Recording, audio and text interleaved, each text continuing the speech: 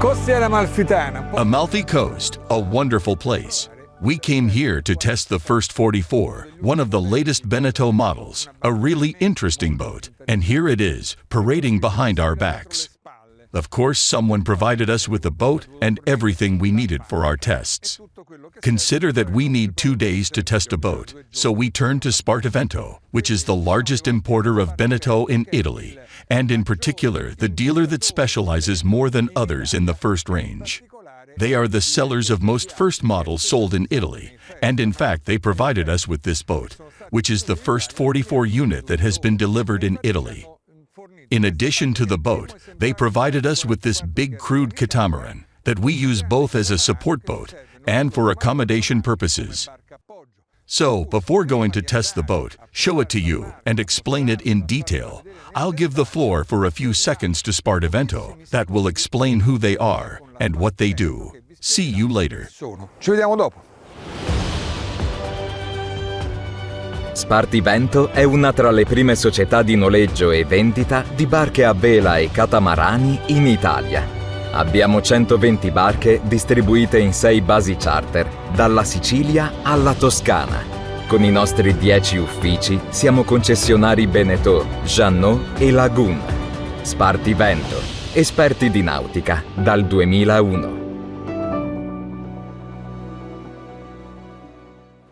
First 44, 2000. The First 44 was conceived in 2022, and the first unit arrives here in 2023 at Spartivento. That is, as we said, is the company that is hosting us so we can perform our test. This boat is designed by Roberto Biscontini and Lorenzo Argento. Biscontini designs the hull, the waterlines, and the appendages, while Lorenzo Argento takes care of the deck, inner space, and of course the style. This boat required a very long study. Roberto Biscontini, whose name is not widely known to the general public, just think that they refer to him as the scientist, has designed America's Cup boats for 25 years, so he has a lot of knowledge about this topic. And he told me, "Look, Maurizio, when I left the America's Cup and started to design these types of boats, I thought it would be a piece of cake. I'll do that in no time," I told myself. After all these years in the America's Cup, these will be a piece of cake. Well, I changed my mind immediately. Designing such a boat is very complicated. You have to take into account 100 different factors that sometimes have nothing to do with waterlines. In fact, it took Biscontini, Argento, and Beneteau's in-house design team, which is made up of a lot of people, 2 years to do this project. Even though the Beneteau team has in-house specialists for each feature of the boat, each one of them overseeing a single issue. Each one has to study a specific topic. Someone takes care of the plumbing system, someone else of the electrical system, someone of upholstery, and someone else of choosing the right batches of wood. Topics that have to do on the one hand with comfort and livability on board, and on the other hand with performance. A boat like this must be very fast, so it must be enjoyable, but at the same time it must be comfortable and easy to use. Judging by what I have been given to see and test, I think the goal has been achieved. Let's get to know this boat, starting from the bow. At the bow we find a sail locker. It is not huge, but a couple of sails will fit in it. Forward of the sail locker, there should be the chain locker, but there is no hatch. The chain locker is there, but the hatch is not, because this chain locker, as well as those that several designers are making at present, is placed farthest forward at the bow, where there is no room for a hatch, so it is accessed through the sail locker. The chain locker is really very large and deep, so the chain cannot pile up and get stuck under the winch as often happens with smaller chain lockers. The challenge here was to find room for a huge forward cabin, and that goal was achieved, as I'll show you later. To get all this space in the forward area, Lorenzo Argento had no choice but to use this little trick that, as we said, several designers are using on different boat models. Leaving the fore triangle, which is big enough to be able to work on it even when racing, we find the 2 side decks that are quite wide and unobstructed, because the shrouds, as is now the case on all boats, run all the way to the edge of the hull. Here we find the mast. Look at this. Biscontini moved the mast aft. In recent models, the mast has been placed more or less in this position. He moved it further aft to allow for a slightly less powerful mainsail and a bigger and more powerful headsail. With this setup, the boat is more balanced and can be sailed with more ease and less effort. It is an important goal because this is the standard version, which is intended for fast cruising and is likely to be used by a family in which only one person, or maybe two, is a sailing expert, so everything must be simple and fast to use. We talked about versions, but Beneteau no longer uses this term. They speak of programs instead. This model is available with two different programs. The standard program, which is this one where we are now, and the performance program, which is more racing-oriented. The two boats are built with the same laminate, so they have the same hull, but there are remarkable differences between them. Moving further aft, I see the two hatches above the salon and other hatches above the head, the forward cabin, and other spaces. Fitting the hatches in the right places is crucial to ensure efficient ventilation, which in turn is essential if you are sailing in warm areas. Now let's go to the cockpit and have a look at the boat from that perspective. As you see, we have come to a cockpit which is really very large. Here is a smart feature, the side deck that reaches wide to the farthest stern area and a step that allows me to descend onto the planking level without having to walk on the cockpit benches. How did the designers succeed in making such a big cockpit? They did it by keeping the maximum beam intact all the way to the stern. The difference in width between the widest part and the farthest stern area of the boat is just 2 to 3 centimeters, an inch and a half, and they narrowed that area just for aesthetic reasons, to make the boat a little more streamlined. In the initial project, the stern width was 4.25 meters, 13.94 feet, exactly the same as the maximum beam. This is why the cockpit is low-large. In this area of the cockpit, which is the wheelhouse area, we find two oblique pedestals which are very nice, and on the pedestals, these nice and convenient consoles. Two consoles with two different sets of instruments, apart from the multifunction display that is here and has a repeater there. But there are buttons installed there that aren't here. Here we find the bow thruster, the engine control, and a very smart feature requested by the owner. I mean the possibility of hauling and launching the anchor from here. Here are the mater counter and two buttons. Since the anchor locker, as we said, is very large, no one needs to work there. We can do everything from here. Handling the anchor from here means that you can maneuver completely on your own when you reach a roadstead. Let's have a look at the locker area. There is a large hatch here, which gives access to the garage. The main entrance to the garage is here behind, on the transom. To enter the garage, I have to lower the transom platform, the bathing platform, which, as you can see, is quite large. Here you can fit a 2-meter, 6.5-foot, completely inflated dinghy. A 2-meter dinghy is not so big, but if you want a bigger one, you can fit a larger but half-deflated one. You will re-inflate it when you reach the cruising area. Here is another hatch, and here inside we find the gas cylinder. One last hatch on the planking level is that one over there. The self-inflating lifteraft is there. It is a good choice, although not perfect, because the locker is not too deep, so I can lift the lifteraft up quite easily, put it upright, and drag it to the stern. It's something that can be done easily even by people who are not particularly strong. This one here is the guest area, with the two benches that can comfortably seat 3 people, or even 4 a little less comfortably, and it has this cushioning. It's optional, but I advise you to opt for it, because it's really comfortable, it's well thought out, it's a pleasure to sail with. In the center there is the table, which can accommodate both those who are seated here and those on the other side by extending its wings, because it extends from one side to the other, and then the companionway, the entrance to the inner area. Beneteau has been making very long companionways, entrance hatches, for several years. Why is it so long? Because it allows you to place the ladder at a more oblique angle, which means that you can descend in perfect safety while looking ahead. On the other hand, if the ladder were steeper, you would always have to look aft while descending, as it was usually done in the past. Now, let's take a look below deck.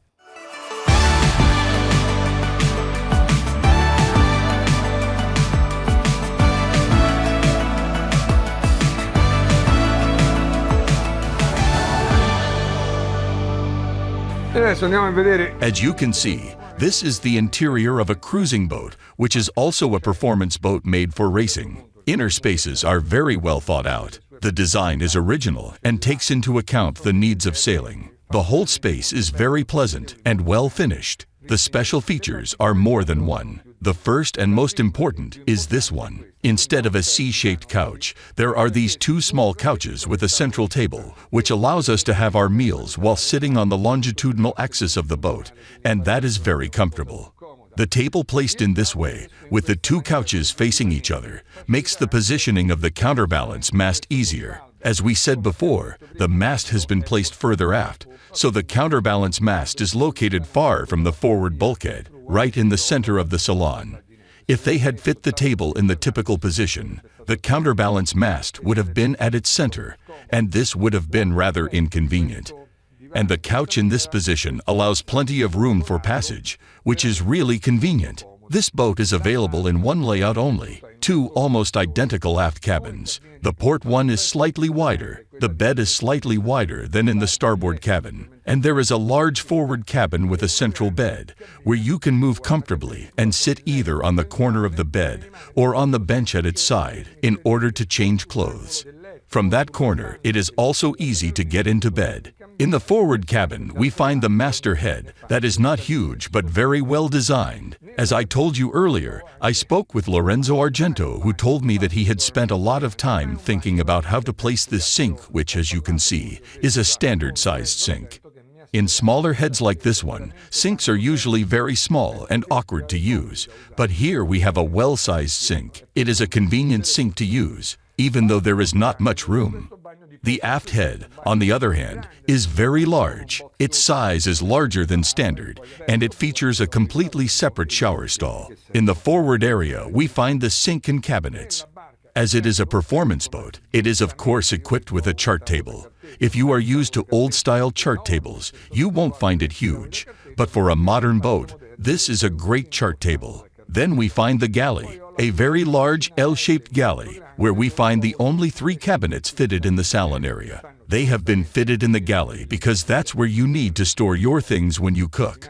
A feature that I really like is the single sink. Many boats of this size have a double sink, with one sink a little larger than the other, but in the end both of them are unusable. The first thing you notice in the galley is the large refrigerator door. The refrigerator is equipped with 2 doors, a top and a front one. Since this refrigerator is very large, the 2 doors allow us to make the most of it. A final word must be said about interior styling. There was a moment when a balance had to be found between what the designer wanted and what Beneteau's office wanted. Beneteau wanted a boat with plenty of wood, while the designer, Argento, wanted it with plenty of white below deck. Why white? Because white reflects light and makes spaces seem larger. It is a very pleasant feeling when you enter a boat and finds a space full of light. So here they have found the right balance.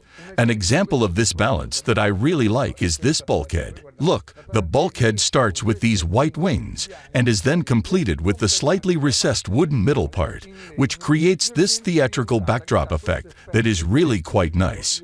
And now I would go out for the last part of our video, which is the sea trial. Let's find out how this boat sails, even if today there seems to be little wind. Che abbiamo oggi?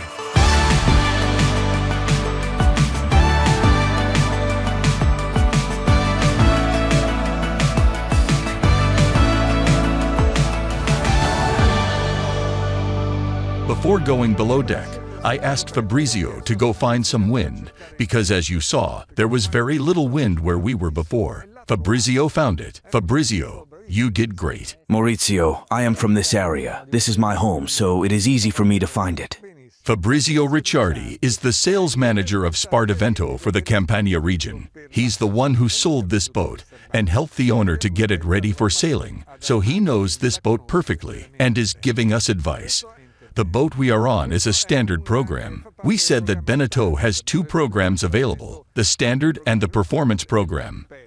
As this boat is a standard program, you can see that, for example, the main sheet has no track. It runs around a block that is secured on the cockpit. The performance program, on the other hand, features the main sheet track and traveler. The standard version is equipped with 4 winches, and all of them are located very close to the wheelhouse, so that the skipper can go and haul the sheets onto the winches, or a crew member could work on them passing through here. On the performance program there are 6 winches. The mainsail winches are here. The Genoa winches are in the middle of the coaming as befits a racing boat, and the 2 additional winches are placed on the coach roof and are used for the reefing lines, while in this case they are led here to the cam cleats.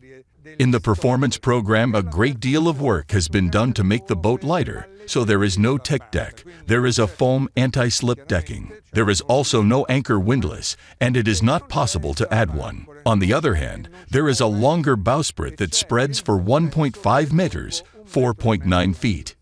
In this version, the mast is made of aluminum and its height is just more than 19 meters, 62.33 feet. In the performance version, the mast height is just over 21 meters, 68.89 feet, so the difference between them is approximately 1.5 meters, 4.9 feet. There is also a difference in the keels.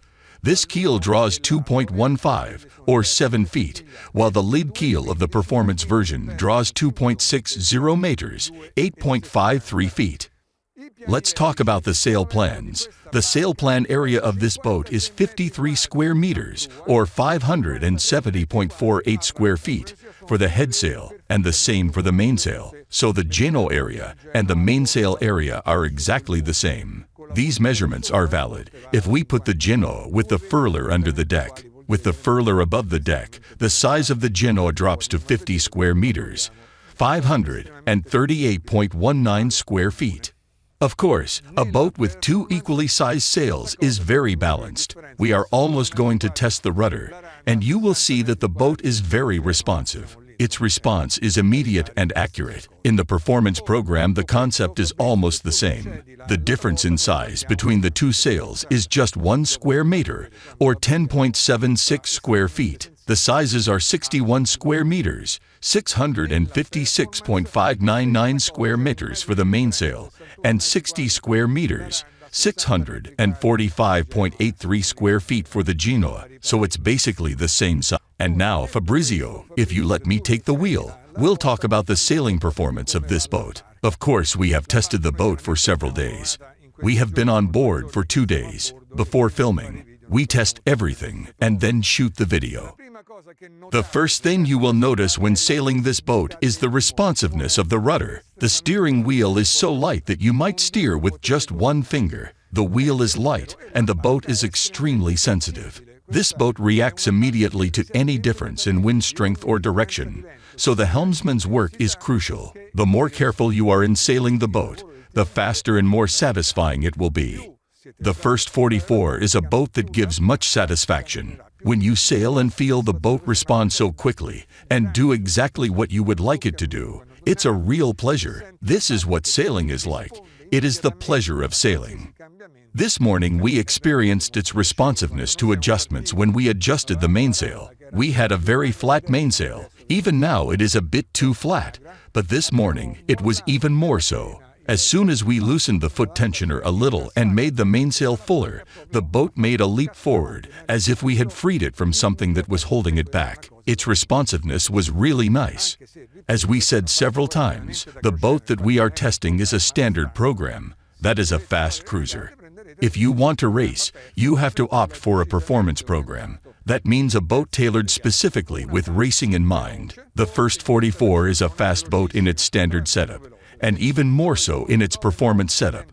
This morning, sailing upwind with 9 knots of true wind, our speed ranged between 5.5 and 6.5 knots with the Genoa up. If we had used a code 0, we would certainly have gained 1 knot, between half and 1 knot, so it is a boat that behaves well. But apart from its absolute speed, what is most impressive is the response to the helmsman's adjustment and movements. An immediate and accurate response.